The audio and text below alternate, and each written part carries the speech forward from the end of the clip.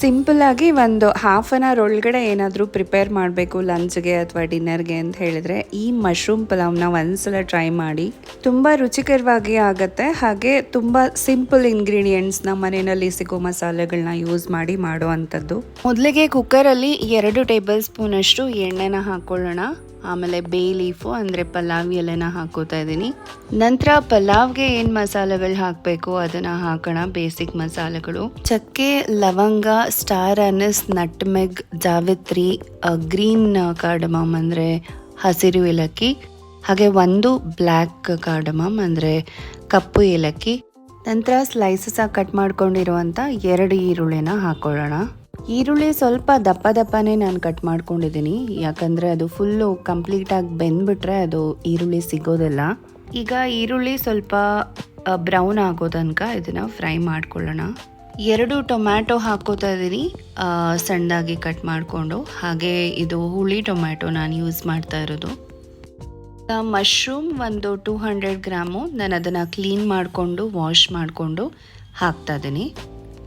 ಈಗ ಮಶ್ರೂಮ್ನ ಕೂಡ ಒಂದು 2 ರಿಂದ 3 ನಿಮಿಷ ಇದನ್ನು ಸ್ವಲ್ಪ ಫ್ರೈ ಮಾಡ್ಕೊಳ್ಳೋಣ.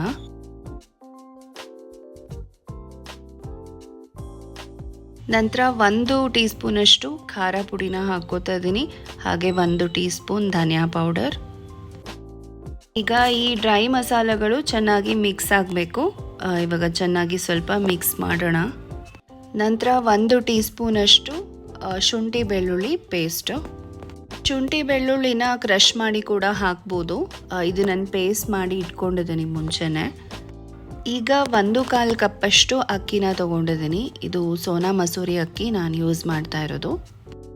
ನೀವು ಬಾಸುಮತಿ ರೈಸ್ ಯೂಸ್ ಮಾಡ್ತೀರಾ ಅಂತ ಹೇಳಿದ್ರೂ ಮಾಡಬಹುದು, ಅಥವಾ ಬೇರೆ ರೈಸ್ ಯೂಸ್ ಮಾಡ್ತೀರಾ ಅಂದ್ರೂ ಮಾಡಬಹುದು. ಈಗ ನಾನು ಹಾಕ್ಕೊಂಡಿರೋದು ಸೋನಾ ಮಸೂರಿ ರೈಸು, ಸೊ ಅದಕ್ಕೆ ತಕ್ಕ ಹಾಗೆ ನಾನು ನೀರನ್ನ ಹಾಕ್ತಾ ಇದ್ದೀನಿ. 1/4 ಕಪ್ ಅಕ್ಕಿನ ತೊಗೊಂಡಿರೋದು ನಾನು 2 ಲೋಟ, ಸ್ವಲ್ಪ ದೊಡ್ಡ ಲೋಟದಲ್ಲಿ 2 ಲೋಟ ನೀರು ಹಾಕೋತಾ ಇದ್ದೀನಿ. ಈಗ ರುಚಿಗೆ ತಕ್ಕಷ್ಟು ಉಪ್ಪನ್ನ ಹಾಕೊಳ್ಳೋಣ. ಹಾಗೆ ಫ್ರೆಶ್ ಆಗಿರೋ ಅಂಥ ಕೊತ್ತಂಬರಿ ಸೊಪ್ಪನ್ನ ಹಾಕ್ತಾ ಇದ್ದೀನಿ. ಈಗ ನಾನು 3 ರಿಂದ 4 ವಿಷಲ್ ಬರೋ ತನಕ ಇದನ್ನು ಕುಕ್ ಮಾಡ್ತಾ ಇದ್ದೀನಿ. ನೀವು ಯಾವ ಥರ ಅಕ್ಕಿ ತೊಗೊಂಡಿದ್ದೀರಾ ಅದಕ್ಕೆ ತಕ್ಕ ಹಾಗೆ ಕುಕ್ ಮಾಡಬೇಕಾಗತ್ತೆ. ಈಗ ಮಶ್ರೂಮ್ ಪಲಾವ್ ರೆಡಿಯಾಗಿದೆ. ತುಂಬ ಸಿಂಪಲ್ಲಾಗಿ ಮಾಡುವಂಥದ್ದು, ಸಿಂಪಲ್ ಇಂಗ್ರೀಡಿಯೆಂಟ್ಸು.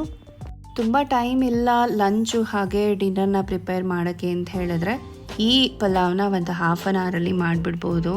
ಹಾಗೆ ಈ ರೆಸಿಪಿ ನಿಮಗೆ ಇಷ್ಟ ಆಗಿದ್ರೆ ವಿಡಿಯೋನ ಲೈಕ್ ಮಾಡಿ, ಶೇರ್ ಮಾಡಿ, ಕಮೆಂಟ್ ಮಾಡಿ.